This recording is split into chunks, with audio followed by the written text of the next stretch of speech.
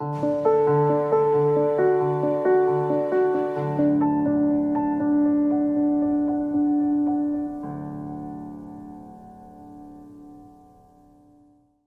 the first thing I'm going to ask you guys, I just want to ask a couple of you, what, if I ask you just right now, point blank, especially if you've never taken any training from me in person. So if I were to ask you guys, what is the mind? What's your best definition of what the mind is?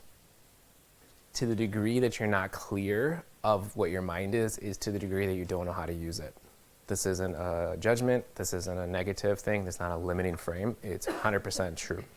To the degree the person cannot explain their mind, they have not invested, understood, and developed their mind. And rightfully so, where do you go for that? School doesn't necessarily teach that. Traditional psychology doesn't necessarily teach that as a whole. Certain people at the upper pinnacle of psychology does, but some of the top mental coaches do. Some of the top spiritual coaches do. It really comes down to human performance. But most people don't understand, they don't have a clear definition. So I'm just going to give you information and you can use it if it's valuable for you and just take what you need. So big picture, the mind is what I call it, it's a computer and a supercomputer actually that's built within you. The mind and the brain are not the same thing. How can I prove that right now? Easy. If everybody's seen a brain, some people, I've actually held a human brain before in a psychology class, but raise your hand if you've ever seen a human brain in your life. Okay. Raise your hand if you've ever held one. Okay, it's a different experience, kind of trippy, for me at least. It was kind of like, this is somebody that donated their brain to science, and it's just interesting.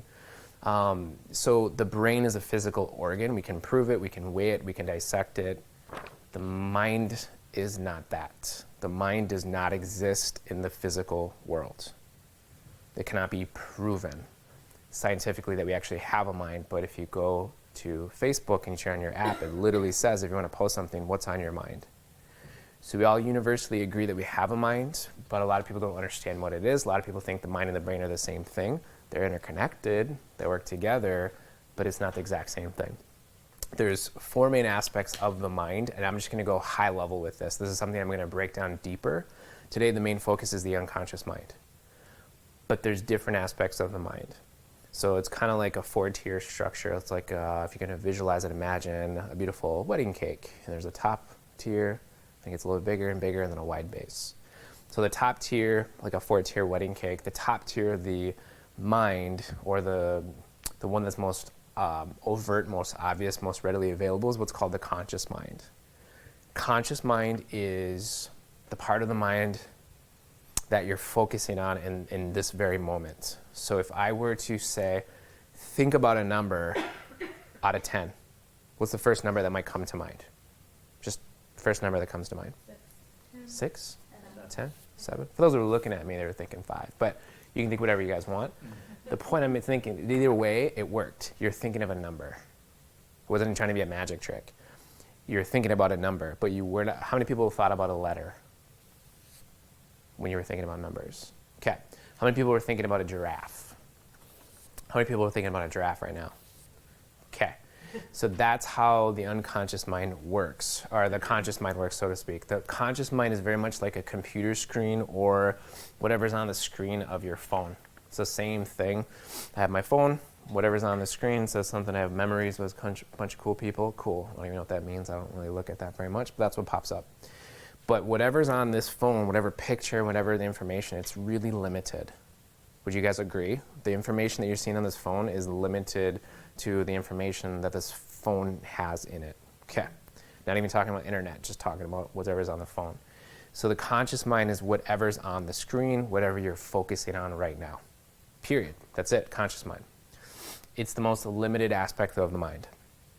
And yet it's one of the most important aspects of the mind. So the conscious mind is like the information on the screen. If I were to open this up, the unconscious mind is all of the information, all the apps, all the pictures, all the music, all of the information stored in the phone. It represents the unconscious mind. It's the history of the phone. What was programmed, what was put into it, what was downloaded. way, way more. Would you guys all agree that there's way more information that's downloaded, that is stored on the phone than there is on the screen at any time? I mean, everybody, that makes sense. Yet, the phone itself, if I turn off the Wi-Fi and I turn off the cellular data, would you guys agree that this phone cannot use its full capability of the total thing that it can do?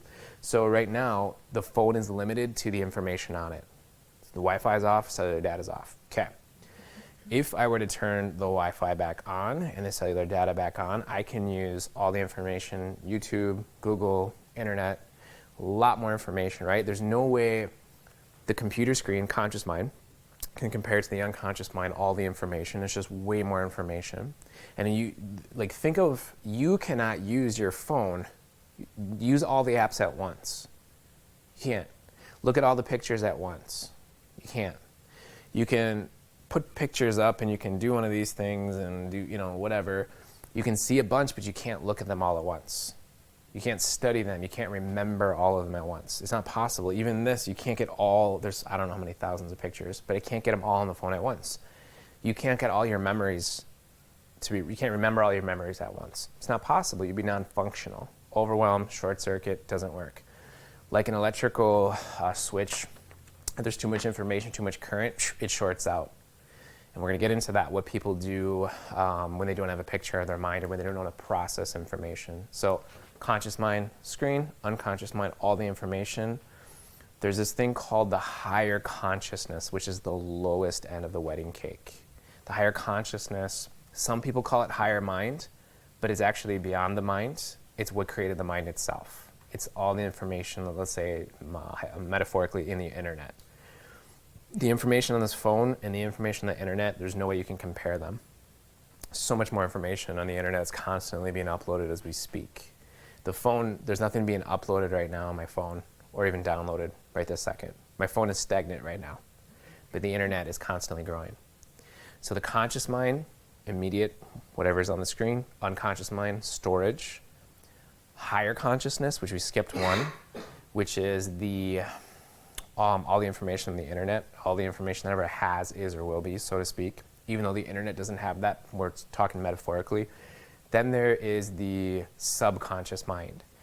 Like the brain and the mind, there's two different words, they're two different things. The brain is physical, mind is non-physical.